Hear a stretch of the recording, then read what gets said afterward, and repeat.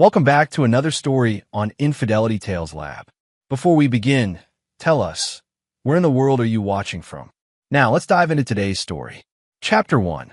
The Video That Changed Everything. Master Sergeant Tyler Kozlov had seen hell in 3 tours of duty across 2 continents, but nothing prepared him for the grainy phone video that would arrive on a Tuesday evening in November. The notification pinged while he was cleaning his weapon in the barracks at Forward Operating Base Chapman in Afghanistan, just 2 weeks before his scheduled return home to Colorado. The sender was Dale Morrison, his next-door neighbor for the past 6 years. Dale was a retired police detective, a man who didn't speak unless he had something important to say. The message was brief. "Tyler, you need to see this. Call me after you watch it." Tyler's hands trembled slightly as he opened the video file. The timestamp showed it was recorded 3 days ago, during what appeared to be a heavy snowfall in his neighborhood. The camera was positioned behind Dale's kitchen window, looking across the yard toward Tyler's 2-story colonial home. At first, Tyler couldn't make sense of what he was seeing. His wife Amanda stood in the doorway, her dark hair disheveled, still wearing the silk robe he'd bought her for their anniversary 2 years ago. She was shouting at someone inside the house, her face contorted with rage in a way Tyler had never seen before. Then he saw his 9-year-old son, Lucas, emerge from the house, stumbling slightly as he was pushed through the doorway. The boy was wearing only thin pajamas and socks, no coat, no shoes. Snow was falling heavily, already several inches deep on the ground. Tyler's blood turned to ice as he watched Amanda grab Lucas by the arm and drag him further into the yard. Even through the muffled audio, her words were clear enough. "You ruined my body and my life. I should have aborted you when I had the chance." Lucas was crying, his small body already shivering violently in the frigid air. He tried to pull away, to get back to the warmth of the house, but Amanda's grip was firm. She shook him hard enough that his head snapped back and forth. "Please, Mom, I'm sorry. I didn't mean to spill the juice." Lucas's voice was barely audible over the wind, but Tyler caught every heartbreaking word. Then came the moment that would haunt Tyler forever. Amanda's mother, Patricia Hendricks, appeared in the doorway holding what looked like a glass of wine. Instead of intervening, instead of protecting her grandson, she simply stood there watching with cold indifference. "You're doing the right thing, honey," Patricia called out to her daughter. "The boy needs to learn consequences. His father isn't here to discipline him, so someone has to." Amanda left Lucas standing barefoot in the snow for what felt like an eternity before finally allowing him back inside. The video ended with Lucas limping through the door, his small feet red and raw from the cold. Tyler watched the video 3 more times, each viewing making his rage burn hotter. This wasn't discipline. This was abuse. This was his wife, the woman he'd trusted to care for their son while he served his country, torturing their child. He immediately called Dale, his voice barely controlled. "How long has this been going on?" "I don't know for sure." Dale's gruff voice came through the satellite connection. "But I've been hearing raised voices more often lately. This was the first time I actually saw what was happening. I debated whether to call the police or wait for you to come home." Any sign of... Tyler couldn't bring himself to say the name, but Dale understood. "The Camaro's been in your driveway overnight several times this month. Usually leaves early morning before the school bus comes." Brent Kozlow, Amanda's old college boyfriend, who'd resurfaced 6 months ago when Tyler deployed. Tyler had suspected something was developing, but had trusted Amanda when she assured him Brent was just helping around the house, while Tyler was overseas. "Dale, I need you to do me a favor. Keep watching. Keep recording if you can. But don't intervene unless Lucas is in immediate danger. I'm coming home, and when I do, I'm going to handle this my way." Tyler's mind was already working, calculating, planning. 20 years in special forces had taught him patience, precision, and the value of gathering intelligence before striking. He would need to know everything, every detail of what had been happening in his absence, every person involved, every weakness he could exploit. That night, Tyler began making calls. First to his commanding officer to arrange emergency leave. Then to his lawyer, Tom Bradford, a former Army Ranger who owed Tyler his life from a firefight in Kandahar 5 years earlier. Tom, I need you to prepare divorce papers. Full custody. I also need you to research child abuse laws in Colorado and what kind of evidence I'll need for criminal charges. Tyler, what's going on? War's come home, brother. And I'm going to finish it. The next call was to his older brother Marcus, a private investigator in Denver who specialized in surveillance and background checks for high-profile divorces. Mark, I need everything you can dig up on Amanda and her mother Patricia. Financial records, communications, any legal troubles. Also, run a full background on Brent Coslow, Amanda's college boyfriend. I have a feeling there's more to his story. How deep do you want me to go? Ocean floor deep. I want to know what they had for breakfast last Tuesday. Tyler's final call that night was to someone he'd hoped never to contact again. Vincent Torino ran a private security company in Las Vegas, staffed entirely by former special operations personnel. Vincent's services operated in the gray areas between legal and illegal, and his methods were as effective as they were questionable. Tyler fucking Kozlov, heard you were still playing soldier in the sandbox. I need a consultation, Vinny, the kind that requires your special touch. Someone needs to disappear, not disappear, destroyed, completely and utterly ruined. But I want them alive to suffer through every second of it. Vincent's laugh was cold as winter wind. That's my specialty. When do you need me? I'll land in Denver in 4 days. After that, we plan. Then we execute. Tyler spent his remaining nights in Afghanistan meticulously planning his return. He studied every detail of the video, memorizing the layout of his yard, the positioning of windows, the sight lines from neighboring houses. He analyzed Amanda's body language, her expression, her words. This wasn't a momentary lapse in judgment. This was calculated cruelty toward an innocent child. By the time Tyler boarded the transport plane that would take him home, he had transformed from soldier into something far more dangerous. A father with nothing left to lose and the skills to make his enemies pay for every tear his son had shed. The war in Afghanistan was over for Tyler Kozlov. The war for his son's future was just beginning. Chapter 2. Intelligence Gathering. Tyler's return to Colorado Springs was deliberately low-key. Instead of going straight home, he checked into a modest motel 15 miles away under a false name, a skill Vincent had taught him years ago. He needed time to observe, to gather intelligence, to understand exactly what his family had become in his absence. Marcus met him at the motel that evening, carrying 2 thick folders and wearing the grim expression Tyler remembered from their childhood when someone had crossed one of the Kozlov brothers. "You're not going to like what I found," Marcus said, settling into the room's single chair while Tyler remained standing, his military bearing unchanged even in civilian clothes. Start with Amanda. Marcus opened the first folder. Your wife has been busy. Bank records show she's been withdrawing cash regularly. Small amounts, but frequent. 300 here, 500 there. Adds up to about 4,000 over the past 2 months. Untraceable spending money. Gets better. I tracked her cell phone records. Hundreds of texts and calls to Brent Coslow, but also to several numbers I couldn't immediately identify. So I dug deeper. Marcus pulled out a series of photographs. Tyler's jaw clenched as he recognized his wife in various restaurants and bars around the city, always with Brent, but sometimes with other people Tyler didn't recognize. The woman in the red dress is Kelly Vasquez. She runs an upscale escort service that caters to married women looking for excitement.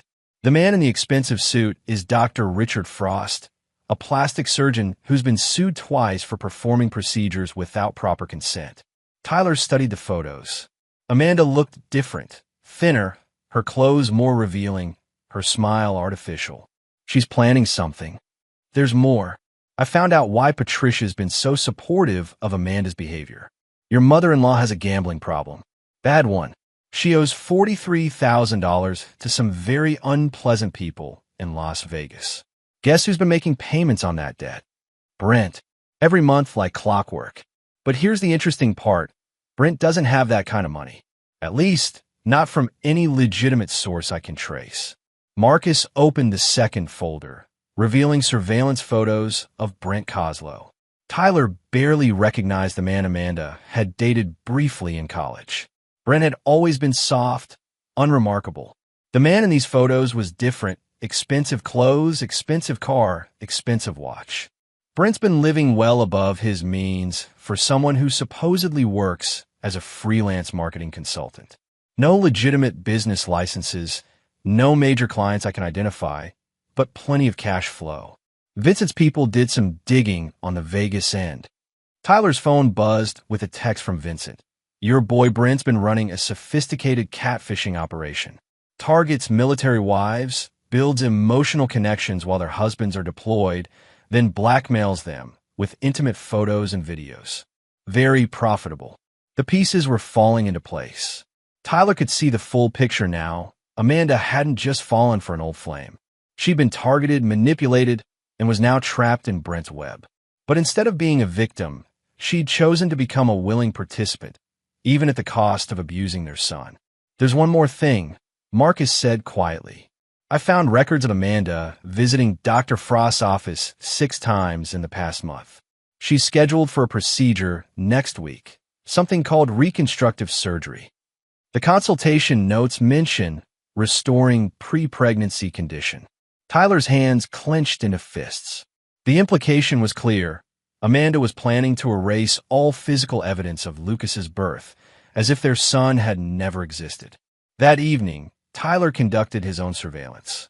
He parked 3 blocks from his house and walked through the neighborhood he'd called home for 6 years, noting every detail that had changed.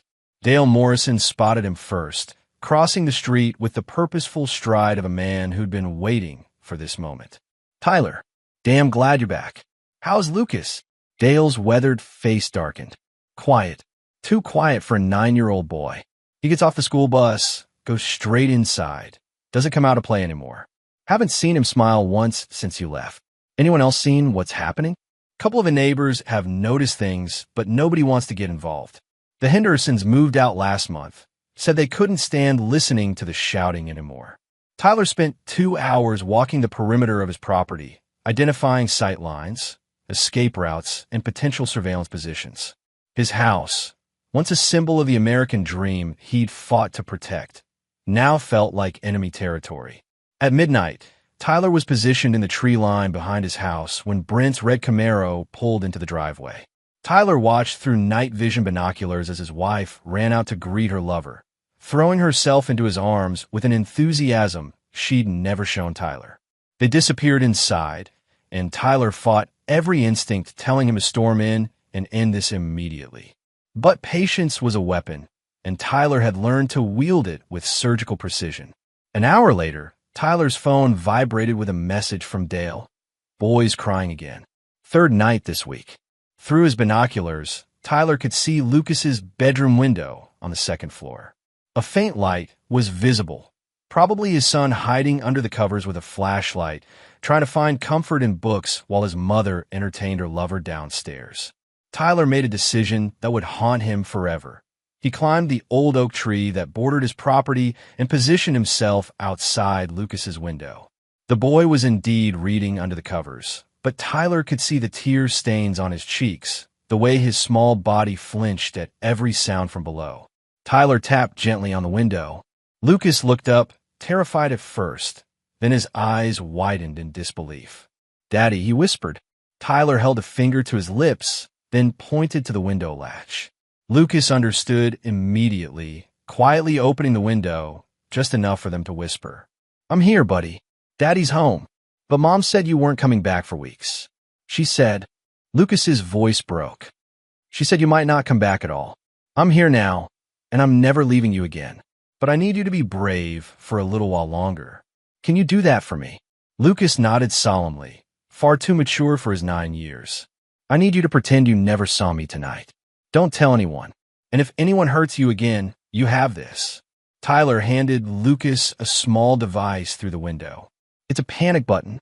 You press it, and I'll know you need help immediately." "Are you going to fix everything, Daddy?"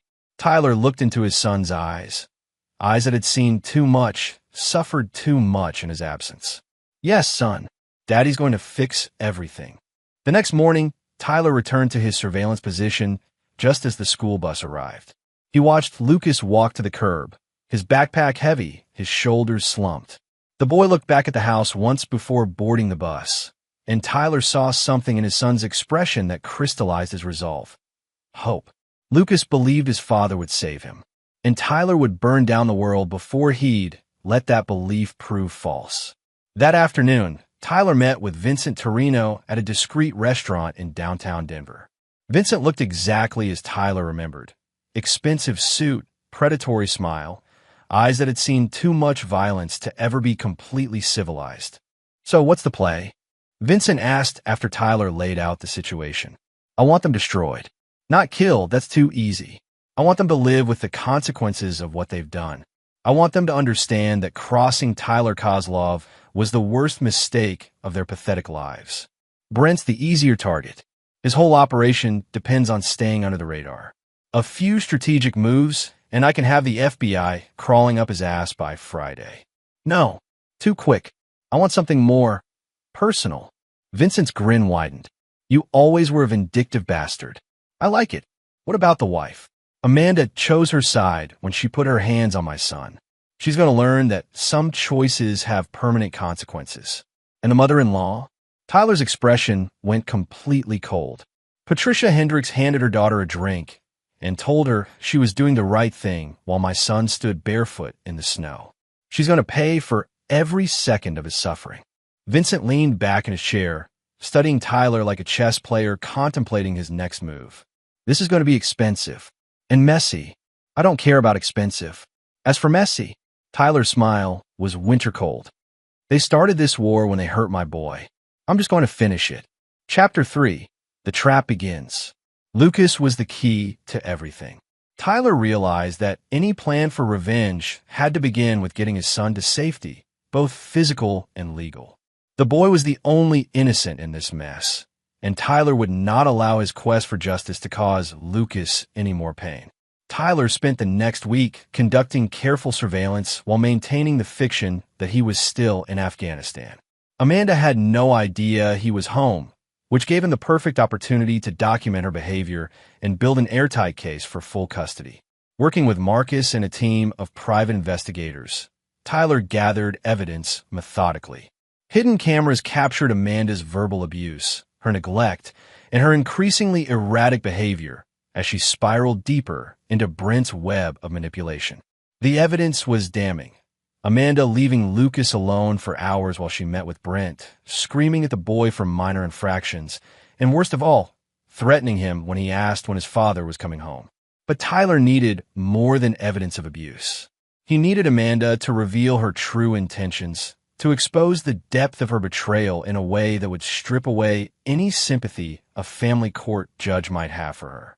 The opportunity came when Tyler learned about Amanda's scheduled surgery with Dr. Frost. Through Vincent's contacts, Tyler discovered that Amanda wasn't just planning reconstructive surgery. She was planning to completely reinvent herself. New face, new body, new identity documents that Vincent's people had helped her acquire. Amanda was planning to disappear with Brent, leaving Lucas behind. Tyler felt something cold and final settle in his chest when he learned this. Whatever love he'd once felt for Amanda died in that moment, replaced by something far more dangerous: absolute clarity of purpose.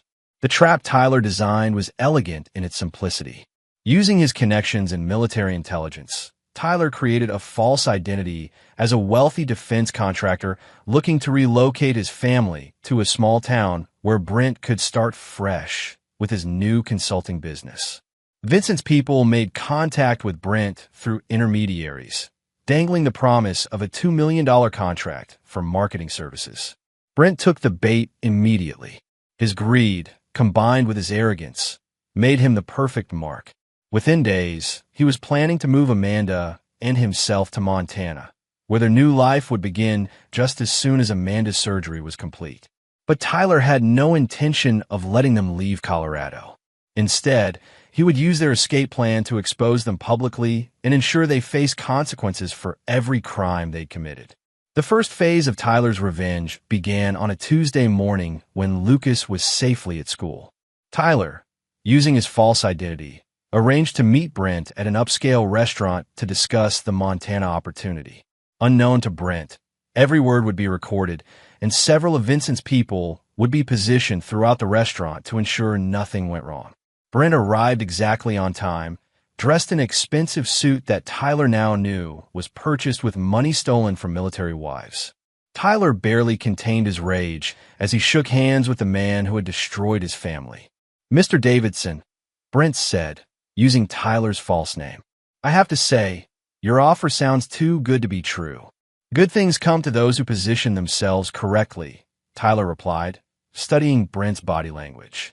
The man was nervous but trying to project confidence. "I understand you have experience working with military families?" Brent's smile faltered slightly. "Some experience, yes. It's a specialized market." "Indeed. Loyalty is so important in that community. I imagine trust is everything." "Absolutely. You have to understand their unique vulnerabilities." Tyler felt his jaw clench at the casual way Brent discussed exploiting military families, but he maintained his cover. "My research indicates you've been quite successful in Colorado. Several satisfied clients, I'm told. Very satisfied. In fact, I'm helping one family right now transition to a new chapter in their lives. The husband has been overseas, and sometimes absence makes people realize what they really want. How fortunate for them to have your guidance." Tyler spent 2 hours drawing information from Brent, learning details about his operation that would eventually be turned over to federal investigators. But more importantly, Tyler learned about Brent's plans for Amanda and his complete disregard for Lucas's welfare. "The kid's not really part of the equation," Brent said when Tyler asked about Amanda's family situation. "Amanda's made it clear she wants a fresh start. Kids can be complicated. What about the father? Won't he object to his child being relocated?" Brent's laugh was ugly. "Military guys like that, they're all the same. They think they're heroes, but they're just suckers fighting someone else's war while their real lives fall apart at home. By the time he figures out what happened, we'll be long gone." Tyler excused himself to the bathroom, where he spent 5 minutes staring at his reflection in the mirror, fighting the urge to return to the table and snap Brent's neck. Instead, he returned and concluded the meeting with promises to finalize their arrangement within the week. That evening, Tyler finally made contact with Lucas directly. He waited until Amanda left the house, another meeting with Brent at a hotel across town, then used his key to enter his own home for the first time in months. Lucas was in his room doing homework when Tyler appeared in the doorway. The boy looked up, and for a moment Tyler saw the fear that had become his son's default expression. Then recognition dawned, and Lucas launched himself into Tyler's arms with a sob that broke his father's heart. "Daddy, you're really here." "I'm here, buddy. I'm here, and I'm never leaving you again." Tyler held his son while Lucas cried out months of fear, loneliness, and confusion. When the tears finally stopped, Tyler sat on the bed and looked directly into his son's eyes. "Lucas, I need you to listen to me very carefully. What's been happening to you is not your fault. None of it. Do you understand?" Lucas nodded, but Tyler could see the doubt in his young face. "Your mother is sick, buddy. She's not thinking clearly, and she's been saying and doing things that are wrong. But that doesn't mean there's anything wrong with you. Is she going to get better?" Tyler chose his words carefully. Sometimes when people get sick like this, they have to go away for a while to get help. But you're going to be safe. I promise you that. Are you really staying home now? Yes. And I'm going to make sure you never have to be afraid again. Tyler spent an hour with Lucas, reading together, talking about school, trying to restore some normalcy to his son's life. When they heard Amanda's car in the driveway, Tyler slipped out through the back door, but not before giving Lucas the most important instruction of all. "Remember what I told you about pretending you never saw me? That's still important. But if anyone asks you about what's been happening here, you tell them the truth. Every bit of it. Can you do that?" "Yes, sir." "Good boy. I love you, Lucas." "I love you too, Daddy." The next phase of Tyler's plan required perfect timing. Amanda's surgery was scheduled for Friday morning, which meant she would be under anesthesia and unable to communicate for several hours. During that window, Tyler would execute the most critical part of his revenge, ensuring that both Amanda and Brent were exactly where he wanted them when the trap finally closed. Thursday night, Tyler received confirmation from Vincent that everything was in place. Federal investigators were ready to move on Brent's operation. Child Protective Services had reviewed the evidence against Amanda and were prepared to remove Lucas from her custody immediately. Tyler's divorce attorney had filed papers that would freeze all of Amanda's assets and prevent her from leaving Colorado. Most importantly, Tyler had arranged for Lucas to be picked up from school Friday afternoon by Tyler's sister Jennifer, who lived in Denver and had already been briefed on the situation. Lucas would be safe and far away when the consequences of his mother's choices finally caught up with her. Friday morning arrived gray and cold, much like the day captured in Dale's video months earlier. Tyler positioned himself across from Dr. Frost's office, watching as Amanda entered the building for what she believed would be the final step in her escape plan. She had no idea that Tyler had spent the night systematically destroying every aspect of the new life she tried to build with Brent. Her surgery would proceed as scheduled, but she would wake up to a very different world than the one she'd expected. Tyler's phone buzzed with a message from Vincent. Federal agents are moving on your boy Brent in 10 minutes. You sure you don't want to be there to watch? Tyler typed back, I'll have better seats for the main event. The main event would be Amanda's awakening. When she discovered that her lover was in federal custody, her mother was facing her own reckoning, and her son was beyond her reach forever. But first, Tyler had one more stop to make. Patricia Hendricks was about to learn that some sins demand immediate payment, and Tyler Kozlov was an excellent debt collector. Chapter 4. The Mother-in-Law's Reckoning. Patricia Hendricks lived in a modest ranch house 20 minutes from Tyler's neighborhood, in a development filled with retirees and empty nesters. Tyler had always found her home pretentious, everything designed to project an image of comfortable middle-class respectability that he now knew was built on gambling debts and moral bankruptcy. Tyler parked across the street and observed the house for 30 minutes before making his move. Patricia's routine was predictable. Morning coffee on the front porch while reading the newspaper, followed by her daily trip to the grocery store. Today would be different. At exactly 9:47 a.m., Tyler knocked on Patricia's front door. When she opened it, her face cycled through surprise, confusion, and finally fear as she realized what Tyler's presence meant. Tyler? I thought you were. Still in Afghanistan? Interesting assumption, Patricia. Almost like you had reasons to hope I'd stay away. Patricia's hand moved toward her phone, but Tyler stepped forward with the measured confidence of a man who had kicked down doors in 3 different countries. I wouldn't do that if I were you. We have quite a lot to discuss, and I'd hate for our conversation to be interrupted. Tyler had no intention of physically harming a 67-year-old woman, but Patricia didn't know that. Her fear was a tool, and Tyler had learned long ago that psychological pressure was often more effective than physical force. What do you want? Patricia's voice was shaky, uncertain. I want to understand how a grandmother could watch her daughter abuse a 9-year-old child and encourage it. I want to know how someone who supposedly loves her family could hand her daughter a drink and tell her she was doing the right thing while her grandson stood barefoot in the snow. Patricia's face went white. She hadn't known about the video. I don't know what you're talking about. Tyler pulled out his phone and played the video. Patricia watched in growing horror as her own voice came through the speakers. We're doing the right thing, honey. The boy needs to learn consequences. Patricia struggled for words. That's taken out of context. You don't understand the situation. Then explain it to me.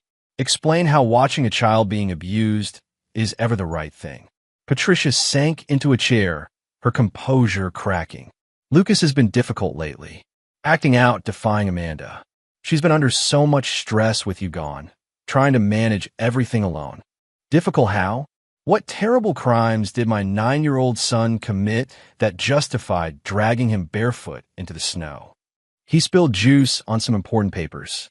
Amanda had been working all day, and Lucas was being careless, not listening. Tyler felt his control slipping, but managed to keep his voice level. So for spilling juice, my son deserved to be verbally abused and forced to stand in freezing weather until his feet were raw. It wasn't like that. Amanda was she lost her temper. It happens. It happens. Patricia, I've seen enemy combatants show more mercy to their prisoners than your daughter showed to my son. Tyler moved closer, and Patricia shrank back in her chair. But that's not why I'm here. See, I know about your gambling problem. I know about the $43,000 you owe to some very dangerous people in Las Vegas. I know Brent has been making your payments. Patricia's eyes went wide. How do you? I know a lot of things, Patricia. I know you encouraged Amanda's relationship with Brent because it kept your creditors off your back. I know you've been helping them plan their escape to Montana. And I know you were perfectly willing to let them abandon Lucas to protect your own skin. That's not true. I love that boy. Love. Tyler's voice was deadly quiet. You call what I saw in that video love? You stood there with a drink in your hand and watched my son suffer, then told his abuser she was doing the right thing. That's not love, Patricia. That's evil. Tyler pulled out a folder and dropped it on the coffee table in front of her. These are copies of your financial records, your communications with Brent, and statements from witnesses who've seen you encourage Amanda's behavior. Tomorrow morning, Child Protective Services will receive a full report detailing your role in the abuse of your grandson. Patricia fumbled through the papers, her face growing paler with each page. Tyler, please. I made mistakes, but I was trying to help Amanda cope with. Cope? By torturing a child. It wasn't torture. You're being dramatic. Tyler pulled out his phone again and called a number. After a moment, a gruff voice answered. Detective Morrison. Dale, it's Tyler. Would you mind coming over to Patricia Hendricks' house? I think she'd like to hear your perspective on what we saw that night. Patricia looked confused until Tyler explained. Patricia, meet Dale Morrison. He's the retired police detective who lives next door to me. He's the one who recorded your daughter abusing my son. He's also the one who'll be testifying about what he witnessed. 20 minutes later, Dale arrived and confirmed every detail of what they'd observed. He'd also brought additional footage. Apparently, the night Tyler had seen was not the first time Amanda had dragged Lucas outside as punishment. I've got recordings of her screaming at that boy going back 6 weeks. Dale said, his disgust evident. Audio only mostly, but enough to document a pattern of abuse. And every time, this woman here was in the house. Never once did she intervene or try to protect the child. Patricia was crying now, but Tyler felt no sympathy. His son had cried too, and no one had comforted him. Here's what's going to happen, Patricia. Those gambling debts you're so worried about, they're about to become the least of your problems. I've arranged for the Las Vegas creditors to be fully paid off as of this morning. Patricia looked up in confusion and hope. Don't get excited. I didn't pay them to help you. I paid them so they'd have no reason to be interested in you anymore. See, I needed to remove any financial incentive they might have to keep you safe. Tyler's smile was cold as winter. I've also made sure certain people in Las Vegas know exactly why those debts were paid off. Turns out, some of those casino owners have grandchildren of their own. They have very strong feelings about people who hurt kids. Patricia's face went white as she understood the implication. Tyler, you can't. I can and I have. But don't worry, Patricia. I'm not a monster like you and your daughter. I'm giving you a choice. Tyler stood and walked to the window, looking out at the neighborhood where Patricia had lived peacefully for 15 years while harboring such darkness in her heart. Choice 1. You sign a full confession detailing your role in enabling Amanda's abuse of Lucas. You testify against her in family court and criminal proceedings. You make a public statement acknowledging what you did and asking for the community's forgiveness. And choice 2. Tyler turned back to face her, and Patricia saw something in his eyes that made her blood freeze. Choice 2 is you face the consequences of your actions without any protection from me. The Las Vegas people I mentioned, they're very creative when they feel someone has betrayed the natural order of things. Child abuse upsets the natural order. Patricia, you're threatening me. I'm offering you a chance to do the right thing. Finally, after months of doing the wrong thing, Patricia sat in silence for several minutes, the weight of her choices pressing down on her. Finally, she spoke in a broken voice. If I confess, if I testify against Amanda, what happens to me? You'll face legal consequences for your role in the abuse. Probably probation, maybe some jail time, definitely community service. You'll lose your standing in the community. People will know what kind of person you really are. Tyler paused, letting that sink in. But you'll be alive. And maybe if you spend the rest of your life trying to make amends, you might find some peace. And if I don't, then you'll discover that protecting child abusers is a very dangerous hobby, especially when the child's father has the resources and motivation to make life extremely unpleasant for those who hurt his family. Patricia understood she was trapped. Her own choices had led her to this moment, and now she faced the consequences of enabling evil while protecting her own interests. "I'll sign a confession." Tyler nodded and pulled out a prepared document.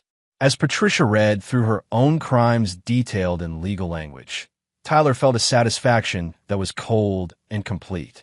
One down, two to go. But even as Patricia signed away her freedom and reputation, Tyler's mind was already on the next phase. Amanda would be waking up from surgery soon, and when she did, she would discover that the new life she'd tried to build was nothing but smoke and mirrors. The real reckoning was just beginning. Chapter 5. The Surgeon Surprise. Dr. Richard Frost's medical practice occupied the top floor of a gleaming medical complex in downtown Colorado Springs. Tyler had spent considerable time researching the doctor, and what he'd found was deeply disturbing. Frost had a history of performing unnecessary procedures on vulnerable women, often at the suggestion of their romantic partners who promised to pay for expensive surgeries. Amanda was scheduled to come out of anesthesia at 2:15 p.m. Tyler planned to be there when she did, but first he had business with Dr. Frost himself. Tyler arrived at the medical office at 1:30 p.m., wearing a perfectly tailored suit and carrying a briefcase that identified him as Jonathan Mitchell, investigative journalist for the Denver Post. Vincent's people had created the identity specifically for this meeting, complete with business cards, press credentials, and a fake portfolio of investigative articles about medical malpractice. The receptionist was initially reluctant to interrupt Dr. Frost's schedule, but when Tyler mentioned he was investigating unethical cosmetic procedures performed without proper patient consent, she quickly ushered him into Frost's private office. Dr. Frost was a thin, nervous man in his 50s with the kind of practice smile that never reached his eyes. Tyler recognized him immediately from the surveillance photos. This was the man who had been planning to help Amanda erase all physical evidence of Lucas's birth. "Mr. Mitchell, I have to say this is highly unusual. I'm not sure what kind of investigation you think you're conducting, but I can assure you my practice operates at the highest ethical standards." Tyler opened his briefcase and pulled out a thick folder. "Dr. Frost, I'm investigating a pattern of cosmetic surgeries performed on women who appear to be under psychological duress. Women whose procedures are being paid for by men who aren't their husbands." Frost's smile faltered. "I'm not sure what you're implying." "I'm not implying anything, doctor. I'm stating facts." Tyler pulled out Amanda's file, which Vincent's people had obtained through less than legal means. Amanda Kozlov. Extensive reconstructive surgery designed to restore pre-pregnancy condition. Procedure paid for in cash by someone named Brent Kozlow, who is not her husband. Patient confidentiality prevents me from discussing. Patient confidentiality doesn't protect you when you're enabling child abandonment, doctor. Tyler's voice went hard. "See, Amanda Kozlov is planning to use your surgery as part of a scheme to abandon her 9-year-old son and disappear with her lover." Frost stood up, agitated. "I don't know anything about that. I provide medical services, nothing more." "Really?" "Because I have recordings of consultations where you specifically discussed how the surgery would help Amanda start fresh and leave the past behind." Curious language for a routine medical procedure. Tyler played an audio recording on his phone. Frost's voice was clearly audible, discussing how the surgery would help Amanda become the woman she was meant to be, and how sometimes we have to leave certain chapters of our lives behind to find happiness. Frost's face went white as he heard his own words played back to him. "Where did you get that?" "I told you, doctor.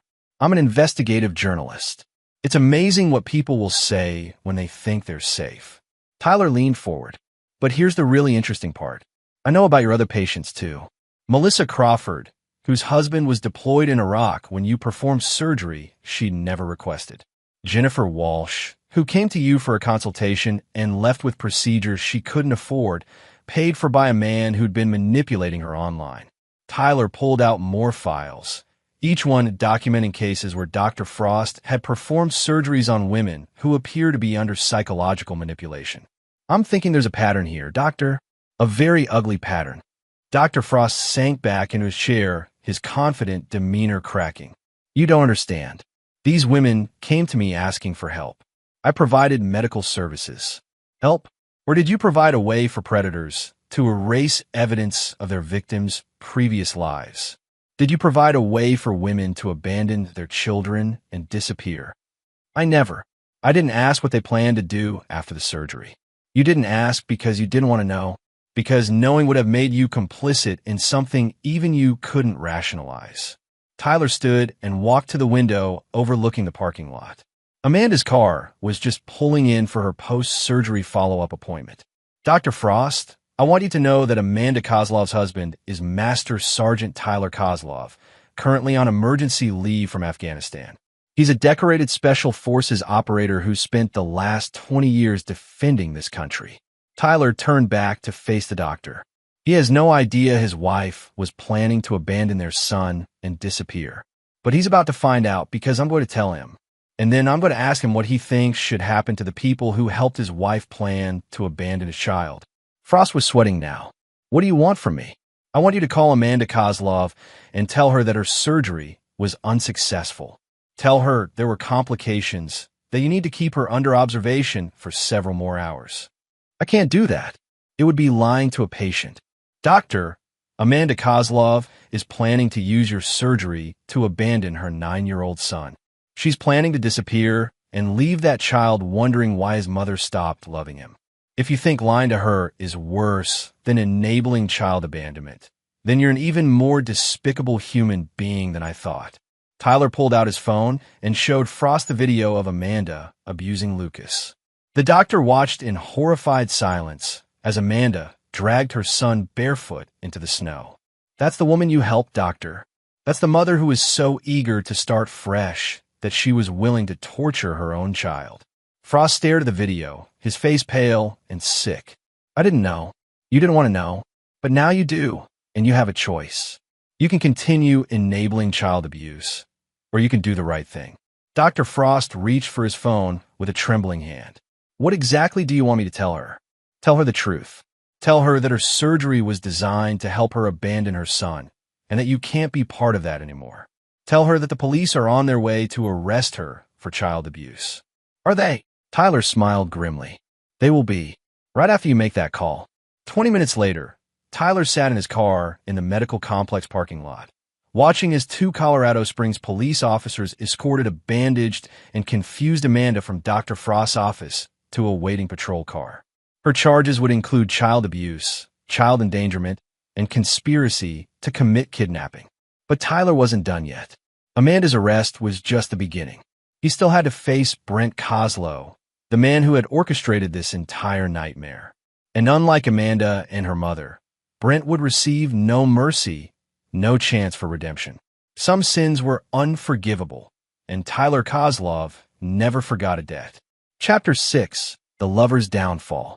Brent Kozlow's arrest by federal agents had been swift and professional. His sophisticated catfishing operation, which had targeted dozens of military wives across multiple states, was now evidence in a federal investigation that would likely result in a 20-year prison sentence. But Tyler wasn't satisfied with letting the justice system handle Brent. Federal prison was clean, safe, predictable. Tyler wanted something more personal, more fitting for a man who had destroyed families and manipulated vulnerable women. Vincent's team had done exceptional work. Within hours of Brent's arrest, they had systematically dismantled every aspect of his life. His bank accounts were frozen, his apartment lease was terminated, and his expensive possessions were already being sold to pay restitution to his victims. But Tyler's revenge went deeper than financial ruin. He had spent weeks studying Brent's psychology, understanding his weaknesses, his fears, his desperate need to be seen as successful and important. Tyler's plan would strip away everything Brent valued about himself and leave him with nothing but the truth of what he really was, a pathetic predator who targeted the families of deployed soldiers. Brent was being held in the Jefferson County Detention Center pending his federal hearing. Tyler used his military connections to arrange a visit, presenting himself as a federal investigator following up on the case. When Brent was brought to the interview room, Tyler barely recognized him. Gone was the confidence, the expensive clothes, the predatory smile. Brent looked exactly like what he was, a frightened man who had finally been caught. "Mr. Kozlow, I'm Special Agent Davidson with Military Criminal Investigations." Tyler used the same false identity he'd employed when meeting Brent at the restaurant. "I need to ask you some questions about your operation, and specifically about Amanda Kozlov." Brent shifted nervously in his chair. "I've already talked to the FBI. I'm not saying anything else without my lawyer." "That's your right, of course. But I thought you might be interested to know that Amanda has been arrested for child abuse. Apparently, she was caught on video torturing her 9-year-old son." Tyler watched Brent's face carefully. He was looking for any sign of remorse, any indication that Brent felt responsible for what had happened to Lucas. Instead, he saw only calculation and self-interest. "That has nothing to do with me. I never told her to hurt the kid." "But you knew about it, didn't you? You were in the house when it happened." Brent's eyes darted around the room, looking for escape routes that didn't exist. Sometimes Amanda got frustrated with the boy. Kids can be difficult enough to justify dragging him barefoot into freezing snow. "I wasn't involved in any of that. Whatever Amanda did to her kid, that's on her." Tyler felt his composure slip slightly. Even facing federal charges, even knowing his life was ruined, Brent still refused to take any responsibility for the suffering he'd caused. "Mr. Kozlow, let me share something with you." Tyler pulled out his phone and played the audio recording from their restaurant meeting. Brent's voice filled the room. "The kid's not really part of the equation. Amanda's made it clear she wants a fresh start. Kids can be complicated." Brent's face went pale as he heard his own words. "You knew Amanda was planning to abandon her son. You encouraged it. You helped plan it. I never said she should hurt him. But you didn't care if she did, as long as it served your purposes. You manipulated a vulnerable woman, isolated her from her support system, and turned her against her own child. Also, you could make money and satisfy your pathetic ego." Tyler leaned forward, his voice dropping to a whisper. "Do you know who Amanda's husband is, Brent?" "Some soldier. She said he was deployed. Master Sergeant Tyler Kozlov. 20 years Special Forces. 3 combat tours. A man who spent his adult life protecting families like his own from predators like you." Tyler watched the recognition dawn in Brent's eyes, followed immediately by fear. I'm the man whose family you destroyed. I'm the father of the child you helped torture, and I'm here to make sure you understand the full scope of what you've done." Brent tried to stand, but Tyler remained seated, radiating the kind of calm menace that came from years of controlling life-and-death situations. "Sit down, Brent. We're not finished talking. I want my lawyer. I'm not saying anything else. You don't need to say anything. You just need to listen." Tyler pulled out a tablet and opened a video file. "This is footage from your apartment, recorded over the past 6 weeks. Vincent's people have been very thorough." The video showed Brent in his apartment with Amanda, planning their escape to Montana. But it also showed something else. Brent's casual disregard for Lucas's welfare, his laughter when Amanda described punishing the boy, his encouragement when she talked about leaving Lucas behind. "You see, Brent, I needed to understand who you really were before I decided what to do with you. I needed to know if there was any decency left in you, any remorse for what you'd done." Tyler paused the video on a frame showing Brent laughing while Amanda described Lucas crying during one of her punishment sessions. "There isn't." Tyler put the tablet away and looked directly into Brent's eyes. "So now you're going to learn what happens when you hurt the family of someone like me. You can't threaten me. There are guards, cameras. I'm not threatening you, Brent. I'm explaining your new reality." Tyler's smile was colder than a January morning. "Federal prison is going to be very educational for you. See, most of the men in there have children of their own. They have very strong feelings about people who hurt kids. I never touched the boy. No, but you enabled his abuse. You encouraged it. You plan to profit from it. That makes you guilty in ways that matter more than legal technicalities." Tyler stood and walked to the small window in the interview room. I've made sure that every inmate in whatever federal facility you're sent to will know exactly what you did. They'll know you're the man who manipulated a soldier's wife into abandoning her child. They'll know you laughed while that child suffered.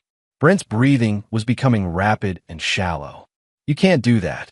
That's a death sentence.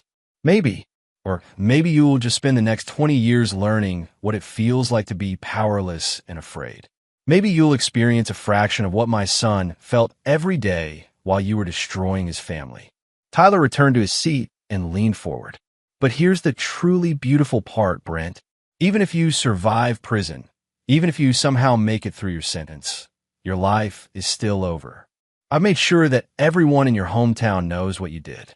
Your parents, your siblings, your old friend from college. They've all received packages containing evidence of your crimes. Brent's face crumpled as he realized the full scope of his destruction. I've also arranged for certain information to be shared with your victims' families. You remember them, don't you? The other military wives you manipulated and blackmailed? Their husbands are very interested in meeting you when you get out of prison. Tyler stood and straightened his jacket. You see, Brent, when you decided to target military families, you made a fundamental miscalculation. You thought we were weak, distracted, easy prey. You forgot that we're trained to protect what we love and destroy what threatens it. Tyler walked to the door, then turned back one final time. My son will grow up safe and loved, surrounded by people who would die to protect him. Your victims will heal and move on with their lives. But you'll spend every remaining day of your existence paying for what you've done. And you'll never, ever forget the name Tyler Kozlov. As Tyler left the detention center, he felt a weight lifting from his shoulders. Brent's fate was sealed. He would face both the justice system and the rougher justice of men who understood the sacred nature of family. But Tyler's work wasn't finished yet. He still had to rebuild his relationship with Lucas to help his son heal from the trauma inflicted by the people who should have protected him. That would be the hardest battle of all, and the most important victory. Chapter 7. Reclaiming his son. Tyler's sister Jennifer had done exactly what he'd asked. When he arrived at her Denver home, Lucas was safe, clean, and for the first time in months, genuinely smiling. Jennifer had always been Lucas's favorite aunt, and her warm, stable household was exactly what the boy needed while his world was rebuilt around him. But Tyler could see the damage in his son's eyes, a wariness that hadn't been there before his deployment, a way of flinching at sudden movements or loud voices. The boy Tyler had left 9 months ago had been confident and outgoing. The son he was reclaiming was quiet, careful, afraid to take up too much space or ask for too much attention. "How's he been?"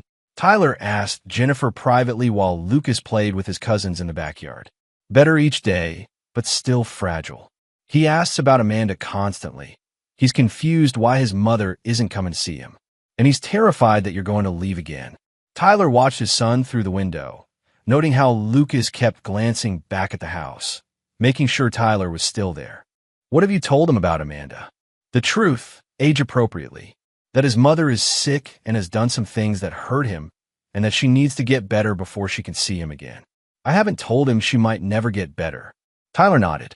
Lucas deserved honesty, but he was still just 9 years old. Some truths would have to wait until he was older and stronger. "In the legal situation?" Jennifer's expression darkened. "Tyler, the prosecutor wants to use Lucas as a witness in Amanda's criminal trial. They need his testimony to prove the pattern of abuse." Tyler felt his jaw clench. "No, absolutely not. My son has been through enough without having to testify against his mother in court. The DA says it might be necessary for a conviction. Then they'll have to find another way. I won't put Lucas through that trauma." Tyler's phone buzzed with a message from his lawyer. Family court hearing scheduled for Monday. Full custody hearing. Amanda's attorney is requesting supervised visitation rights. Tyler showed the message to Jennifer, who shook her head in disgust. After what she did to him, her lawyer is arguing that she was under Brent's influence, that she's not fully responsible for her actions. They're claiming she deserves a chance at redemption. Tyler looked out at his son, who was finally laughing as he played with his cousins. Lucas deserved better than having to worry about when his abuser might return his life. That evening, Tyler sat with Lucas on Jennifer's back porch, watching the sunset paint the Rocky Mountains in shades of gold and purple. It was the first time they'd been alone together since Tyler's clandestine visit to Lucas's bedroom weeks earlier. "Dad." Lucas's voice was small, uncertain. "Yes, buddy. Are you really staying home now? For real this time?" Tyler turned to look at his son, seeing the desperate hope and lingering fear in the boy's eyes. "Yes, Lucas. I'm done with deployments. I'm going to be here every day from now on. But what if the Army needs you? The Army has enough soldiers. You only have one dad." Tyler put his arm around Lucas, feeling the boy relax slightly against his side. "I'm sorry I wasn't here when you needed me most. It wasn't your fault. You were fighting bad guys. Sometimes the worst bad guys are the ones we trust most." Tyler chose his words carefully. "Lucas, I need you to understand something. What your mother did to you wasn't your fault. None of it. Not the shouting, not the punishment, not the things she said. You did nothing wrong." Lucas was quiet for a long moment. Then, in a voice barely above a whisper, she said, "I ruined her life." Tyler felt his heart break all over again. "Oh, buddy. No, you didn't ruin anything. You're the best thing that ever happened to me. You're smart and kind and brave, and I'm proud to be your father every single day." "But Mom said," "Your mother was sick when she said those things. Sometimes when people are sick, they say things they don't mean, things that aren't true." Tyler paused, struggling with how much truth a 9-year-old could handle. "And sometimes people who are supposed to protect us don't do a very good job of it." Lucas was crying now, quietly, the way children cry when they've learned that showing pain brings more pain. "I missed you so much, Dad. And when Mom got angry, I wish you were there to make her stop." Tyler held his son while the boy cried out months of fear and confusion and pain.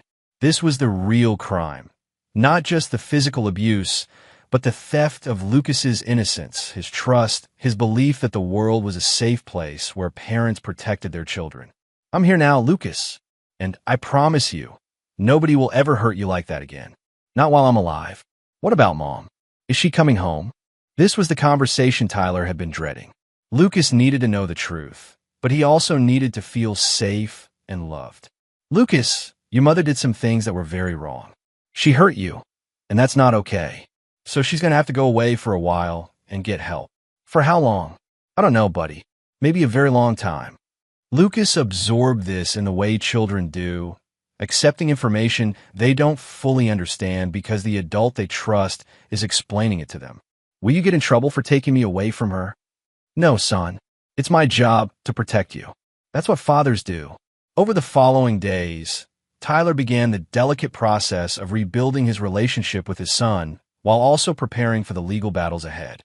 Amanda's attorney was indeed arguing for supervised visitation, claiming that she had been manipulated by Brent and deserved a chance to make amends. Tyler's response was uncompromising. In his statement to the family court, he wrote, "My son has already suffered enough at the hands of his mother. She made conscious choices to abuse him, to prioritize her relationship with her lover over her child's welfare, and a plan to abandon him entirely. These were not momentary lapses in judgment, but a sustained pattern of child abuse that lasted months. I will not allow my son to be further traumatized by forced contact with his abuser, regardless of any claimed rehabilitation." The hearing was scheduled for the following Monday. Tyler planned to be ready with evidence that would make it impossible for any judge to grant Amanda access to Lucas. But he also knew that family courts often favored reunification, even in cases where it wasn't in the child's best interest. Sunday night, as Tyler tucked Lucas in a bed in the guest room at Jennifer's house, his son asked the question Tyler had been expecting. "Dad, do you think Mom ever really loved me?" Tyler sat on the edge of the bed, looking into his son's eyes that looked so much like his own, but carried pain no child should have to bear. "I think your mother loved the idea of you, Lucas. But love isn't just a feeling. Love is action. Love is protection. Love is putting your child's needs before your own wants. And your mother forgot how to do those things. Do you think she'll remember?" Tyler paused, weighing honesty against hope. "I don't know, buddy. Maybe someday. But even if she does, it doesn't change what happened. And it doesn't mean you have to forgive her or trust her again. Is it okay if I don't want to see her?" "It's absolutely okay. You get to decide who you want in your life. That's your choice, and I'll support whatever you decide. Lucas seemed to relax at this, as if he'd been given permission to feel what he'd been feeling all along. Dad, I love you. I love you too, son. More than all the stars in the sky. As Tyler turned off the light and headed for his own room, he felt a resolve settle in his chest like armor. Tomorrow, he would face Amanda in court for the first time since his return. She would try to portray herself as a victim, to claim that she deserved another chance. Tyler would make sure the judge understood that some chances, once squandered, are never offered again. And some damage, once done, can never be undone. Lucas deserved better than a mother who had to be court-ordered to love him. He deserved a life free from the fear that the person who was supposed to protect him might hurt him again. Tyler would make sure he got exactly that. Chapter 8. The Final Judgment. The Jefferson County Family Courthouse was a modern building of glass and steel that somehow managed to feel both imposing and sterile. Tyler arrived 30 minutes early, wearing his dress uniform with every ribbon and medal he'd earned in 20 years of service. The symbolism was deliberate. He wanted everyone in that courtroom to see exactly who they were dealing with. His attorney, Tom Bradford, met him in the hallway outside Courtroom 3. Tom was a former Army Ranger who'd left military service to specialize in family law, particularly cases involving military families.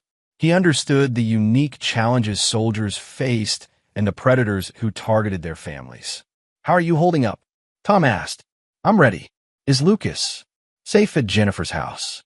"I've arranged for the court to review his video testimony instead of requiring him to appear in person. No 9-year-old should have to face his abuser in court." Tyler nodded, grateful. Protecting Lucas from further trauma was more important than any legal victory. "What's Amanda's strategy?" Tom's expression darkened. "Her attorney is claiming she was psychologically manipulated by Brent Coslow. They're arguing that she was essentially brainwashed into abusing Lucas and that she deserves supervised visitation to rebuild her relationship with her son. And her criminal charges? She's pleading guilty to child endangerment in exchange for a reduced sentence. 18 months in prison, 3 years probation. Her attorney thinks a guilty plea will show remorse and improve her chances in family court." Tyler felt his jaw clench. 18 months for torturing a child wasn't justice. It was a plea bargain designed to minimize consequences. "Tom, I want you to understand something. Amanda will never have access to my son again. Whatever it takes, whatever legal maneuvers we need, whatever appeals we have to file. She gave up her right to be Lucas's mother when she chose to abuse him." Tyler, family courts lean heavily toward reunification. Judges believe children benefit from relationships with both parents, even when those relationships are complicated. There's nothing complicated about child abuse. She hurt him. She planned to abandon him. And she showed no remorse until she got caught. That's not a complicated situation. That's a dangerous person who shouldn't be around children. At 10 a.m. sharp, they entered Courtroom 3. Tyler immediately spotted Amanda, sitting at the defendant's table with her attorney, a thin woman in an expensive suit who specialized in defending abusive parents. Amanda looked different, thinner, paler, her hair shorter and darker. She was clearly trying to project an image of remorse and vulnerability. When Amanda saw Tyler enter in his dress uniform, her face went white. They hadn't seen each other since before his deployment, and the man she was looking at now was nothing like the husband she remembered. Tyler's expression was cold, controlled, implacable. This wasn't the man who'd once loved her. This was a soldier who'd identified a threat to his mission. Judge Patricia Williams was a no-nonsense woman in her 50s who'd been handling family cases for over 20 years. Tyler had researched her background extensively. She was fair but tough, and she had little patience for parents who endangered their children. Amanda's attorney spoke first, painting a picture of a vulnerable woman who'd been manipulated by a sophisticated predator. She described Brent's psychological manipulation, his isolation tactics, his financial control over Amanda's life. She argued that Amanda had been as much a victim as Lucas, and that separating them permanently would only compound the trauma. "Your Honor, My client was systematically manipulated by Brent Kozlow over a period of months. She was isolated from her support system, financially controlled, and psychologically abused. The actions she took toward her son were the result of this manipulation, not her true character. Tyler listened to this defense with growing disgust. Amanda was sitting 20 feet away, and not once did she look in his direction or ask about Lucas's welfare. Even now, even facing the loss of her son, she was focused entirely on herself. Tom Bradford's opening statement was surgical in its precision. Your Honor, Master Sergeant Tyler Kozlov served his country faithfully for 20 years, including 3 combat deployments. He trusted his wife to care for their son while he served overseas. That trust was not only violated, it was weaponized against the very child she was supposed to protect. Tom played the video of Amanda abusing Lucas, and Tyler watched the judge's face as she witnessed the raw cruelty of dragging a 9-year-old child barefoot into the snow. Judge Williams's expression grew harder with each passing second. This was not a momentary lapse in judgment, Your Honor. This was a sustained pattern of child abuse that lasted months. The defendant verbally abused her son, physically endangered him, and planned to abandon him entirely. She chose a relationship with her lover over her child's welfare at every opportunity. The next 2 hours were a parade of evidence that painted a devastating picture of Amanda's choices. Dale Morrison testified about what he'd witnessed and recorded. Dr. Frost, facing his own legal troubles, testified about Amanda's plans to use surgery to erase all evidence of Lucas's birth. Patricia Hendricks, as part of her plea agreement, testified about her daughter's escalating abuse and her own role in enabling it. But the most damaging testimony came from Amanda herself. Under cross-examination, Tom Bradford systematically dismantled her claims of being a victim. Mrs. Kozlov, you testified that you were manipulated by Mr. Kozlow, but you chose to accept his financial support for your mother's gambling debts, correct? He was helping my family. You chose to begin a sexual relationship with him while your husband was deployed, correct? I was lonely and confused. You chose to bring Mr. Kozlow into your marital home, where a 9-year-old son lived, correct? Brent was helping around the house, and you chose to drag your son barefoot into the snow while Mr. Kozlow watched from inside the house, correct? Amanda's composure finally cracked. You don't understand the pressure I was under. Lucas was acting out, being defiant. I was trying to manage everything alone while Tyler was gone. So your solution was to abuse your child? I wasn't abusing him. I was trying to teach him consequences. Tom played the audio of Amanda telling Lucas she should have aborted him. The sound of her own words, her own cruelty, seemed to shock Amanda into silence. Mrs. Kozlov, when you told your son you should have aborted him, were you teaching him consequences, or were you expressing your true feelings about his existence? Amanda couldn't answer. The truth was written across her face. In that moment, caught on video for all time, she had meant every word. Tyler was called to testify last. He spoke quietly but firmly about discovering the video, about his investigation into Amanda's plans, about finding his son traumatized and afraid. Your Honor, I've spent 20 years defending families like mine from those who would harm them. I never imagined the greatest threat to my son would come from his own mother. Tyler looked directly at Amanda for the first time since entering the courtroom. The woman I married, the woman I trusted with my child's life, doesn't exist anymore. She was replaced by someone who could watch a 9-year-old boy suffer and feel nothing but annoyance. That person should never be alone with a child again. Judge Williams recessed for lunch to consider her decision. When court reconvened at 2 p.m., her verdict was swift and final. After reviewing all evidence and testimony, this court finds that Amanda Kozlov poses a continuing threat to the physical and emotional welfare of her minor child. Supervised visitation is denied. Parental rights are hereby terminated. Tyler felt a weight lift from his shoulders that he'd been carrying since the day he'd first watched that video. Lucas was safe. Legally, permanently, finally safe. Amanda's scream of anguish echoed through the courtroom as the finality of the judge's words hit her. She had gambled everything on a new life with Brent, and she had lost more than she'd ever imagined possible. As Tyler left the courthouse, he felt no satisfaction, no sense of victory. Justice had been served, but the cost had been enormous. A family had been destroyed, a child had been traumatized, and lives had been ruined by choices that could never be undone. But Lucas was safe. And for Tyler, that was the only victory that mattered. Chapter 9. New Beginnings. 6 months later, Tyler and Lucas were building a tree house in the backyard of their new home in Colorado Springs. Tyler had purchased a modest ranch house in a quiet neighborhood with excellent schools and neighbors who understood the value of privacy and peace.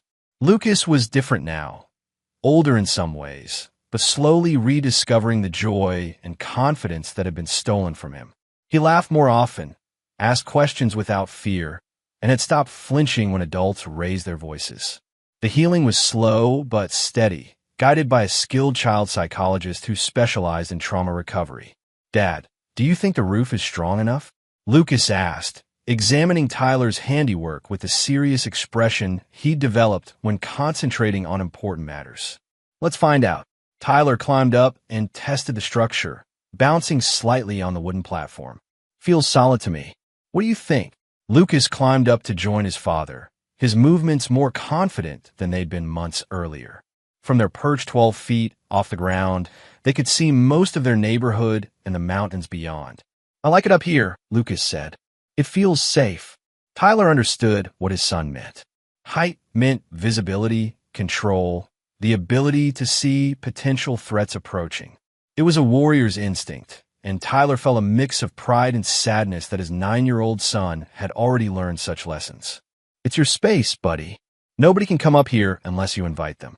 They worked in comfortable silence for another hour, Tyler teaching Lucas how to use tools safely, how to measure twice and cut once, how to take pride in building something with your own hands.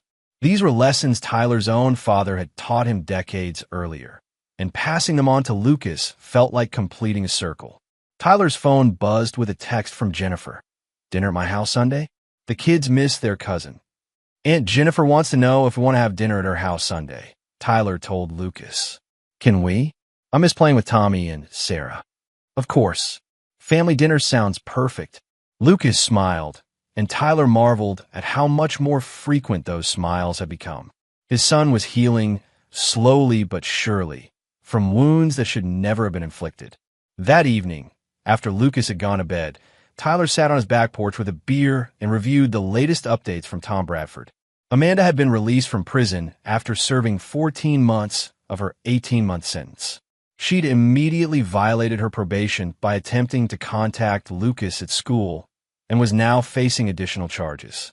Brent Kozlow was serving his federal sentence at a maximum security facility in Texas. Vincent's Information Network had confirmed that Brent's time in prison was proving as unpleasant as Tyler had predicted. Men who hurt children weren't welcome in any prison population. Patricia Hendricks had completed her community service and was living in an assisted care facility in Nebraska, far from Colorado and any temptation to interfere in Lucas's life. Her gambling addiction had been replaced by an addiction to prescription medications, and she spent most of her days in a pharmaceutical haze that kept her from dwelling on the granddaughter she'd lost through her own choices. Tyler felt no satisfaction in their suffering. Their punishments were simply consequences as natural and inevitable as gravity. Actions had results, choices had costs, and people who hurt children faced the judgment of those who protected them. Dr. Frost had lost his medical license and was working as a medical supply salesman, his career destroyed by his willingness to enable predators. His cooperation with authorities had kept him out of prison, but his reputation was ruined beyond repair. Tyler's own healing was more complex. The guilt of being absent when Lucas needed him most would never fully fade. But he'd learned to channel that guilt into positive action, being the father Lucas needed now, building the life his son deserved, creating a safe space where trust could slowly be rebuilt. Lucas's therapy sessions were going well. Dr. Sarah Chun was a specialist in childhood trauma who'd helped Lucas understand that his mother's abuse was never his fault, that adults who hurt children are responsible for their own choices, and that being afraid of someone who hurt you is normal and healthy. Lucas is remarkably resilient, Dr. Chun had told Tyler during their last meeting. He's processed most of the immediate trauma, and he's developing healthy coping mechanisms. The key now is maintaining stability and consistency in his environment. Tyler had committed to providing exactly that. He declined offers to return to active duty, instead taking a position with a private security company that kept him in Colorado and available for every school play, every parent-teacher conference, every bedtime story Lucas needed. Some evenings, like tonight, Tyler would find himself standing in Lucas's doorway, watching his son sleep peacefully in a bed surrounded by books and toys and all the normal things that fill the child's room. No more hiding under covers with flashlights. No more crying himself to sleep. No more flinching at every sound from downstairs. This was victory, not the destruction of his enemies. That had simply been necessary justice. Victory was Lucas sleeping safely, laughing freely, trusting that tomorrow would be better than today. Tyler's phone rang, interrupting his thoughts. The caller ID showed Vincent Torino's number. "Tyler, how's retirement treating you?" "It's not retirement, Vinny. It's just a different kind of mission. The most important kind." "How's the boy?" "Getting stronger every day. He's going to be fine." "Good. Listen, I know you're focused on being a father now, but if you ever want back in the game, I got clients who could use someone with your particular set of skills." Tyler looked through the window at Lucas's bedroom, where his son slept under a constellation of glow-in-the-dark stars they'd put on the ceiling together. "Thanks, but my fighting days are over. I've got everything I need right here." "Fair enough. But Tyler, if anyone ever threatens that boy again, you call me. Some people only understand one kind of language, and you and I speak it fluently." Tyler smiled grimly. "That's a conversation I hope we never have to have." "Me too. But if we do, I'll be ready." After ending the call, Tyler walked to Lucas's room and stood in the doorway for a moment, listening to his son's peaceful breathing. Tomorrow they would finish the tree house. This weekend, they would have dinner with Jennifer's family. Next month, Lucas would start Little League Baseball, something he'd wanted to do before Amanda's abuse had destroyed his confidence. These were the victories that mattered, not the destruction of enemies.